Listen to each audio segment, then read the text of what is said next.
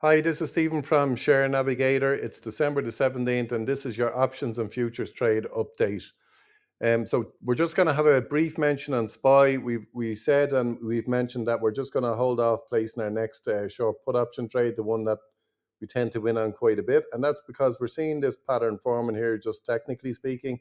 So this is what we call a potential reverse head and shoulders pattern here, where the S&P made new highs here. It's retraced, uh, couldn't take those highs out just yet. It's not to say that they won't do it, but we're just not ready to place that, and we've had a bit of a reversal.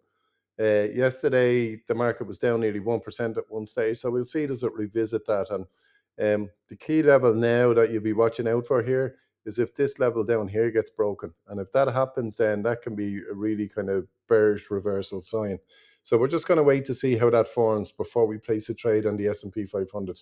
We'll just give it another bit of time.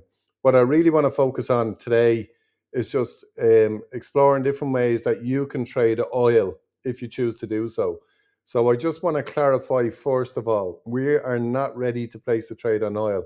All I'm doing today is educating you into the different ways that you can trade like crude oil futures, okay? So let's talk about the different ways. We can do call options, which basically, if the share price goes up, we will tend to make money. We can buy the futures outright if we want, or we can use a proxy like USO. So what we're looking at here is a chart of the crude oil futures themselves, okay? And as you can see, recently we've touched this low of 55. We've touched it back here in April a couple of times. We made an attempt here back in October, and then yesterday we made new lows again. So again, we spoke about that. Fingers crossed, there's some sort of peace agreement between the Ukraine and Russia, and that could be pretty negative for oil, because obviously then that Russian oil comes back onto the market. Now, some would argue it's already on the market anyway. It's just being sold to China and India and other countries like that. But it's also something that traders will take into consideration. But also overnight, we've got an issue obviously developing between the US and Venezuela as well. And President Trump has ordered some sort of seizure of oil tankers from Venezuela and pretty much a boycott of Venezuelan oil. So obviously that can be bullish for oil. So you're seeing the oil futures coming up a little bit here, 1.5%.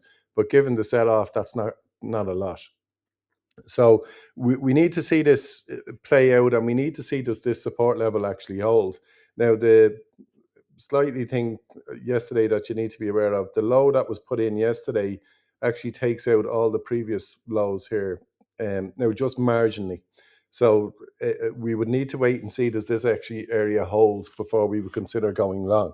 So, but just while we're preparing and we're waiting for that to all evolve, I'm going to give you, let's say, the simplest way. If you're going to do a traditional platform like IBKR, for example, you can simply buy USO. So USO is an ETF that tracks oil futures, and it tends to move quite well with oil futures. So, for example, you would literally buy that as a stock, as simple as that, and you would go long and you can sell it later on. And the great thing about that, I suppose, that's better than using call options is, if the thing doesn't move within your set time frame, you get to hold on to that until it does move in your favor, okay?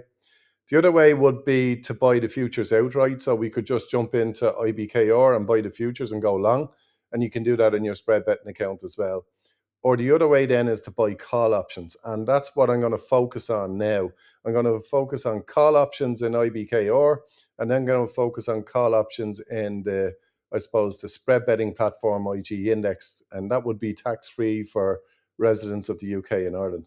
So looking into IBKR, the first thing we'd look at is we're going to trade crude oil. So crude oil futures. So you can see here, just the format is slightly different here for crude oil futures. So you're going to get two dates at the expiry. The first date is the option expiry date. So in this case, we're looking 90 days out. So remember, our rules for call options, we look to buy them 60 to 90 days out.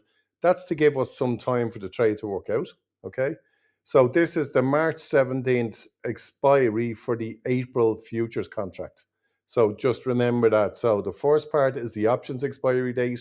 The second part is the actual crude oil futures expiry date. So we're trading options on futures, okay?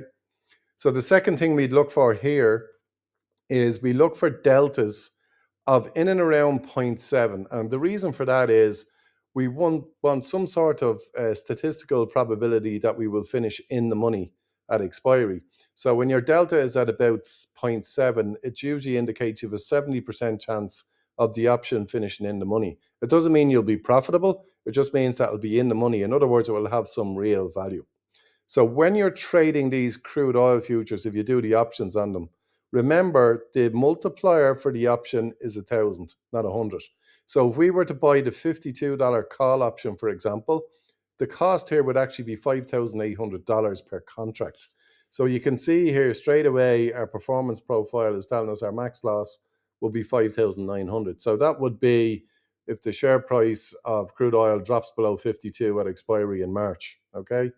Our break-even price is $57.96. So if you feel crude oil is going to start migrating back to $60, well, then you can see that your break-even price of $57.96 is good for you.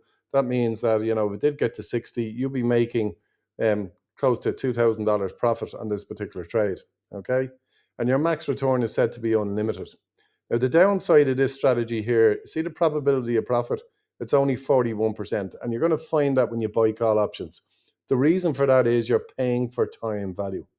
And down here, there is a great little feature in this that you can use that will show your profit and loss tables for certain outcomes.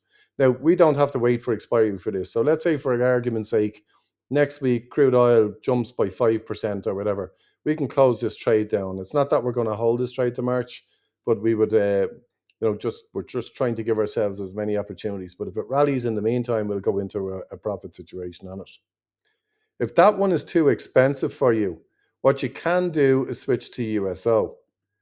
So USO is the ETF that tracks oil futures. Now, the multiplier in this is back to 100.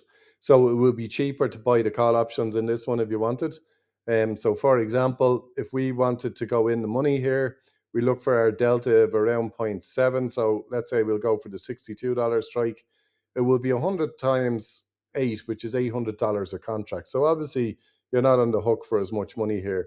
The current price is 67.49. So our break even on that trade will be 70. So crude oil would only have to rise again 5% between now and April. This is actually going out an extra month. That's the only expiry available there. So that's another way of you doing it is the USO call options on that. So that will be a cheaper alternative if you didn't want to go for the 1,000 multiplier on the crude oil contracts themselves. Now let's look at the spread betting account. So you can see here with the spread betting account, we're in the oil crude options here. So this is tax-free for the residents of UK and Ireland. You can see there's different expiries here. So this is the March expiry, but for the contract, the futures contract, but the option expires on the 17th of February. So you just need to remember that. So this trade would actually expire on February the 17th. You can see the current level is 5611.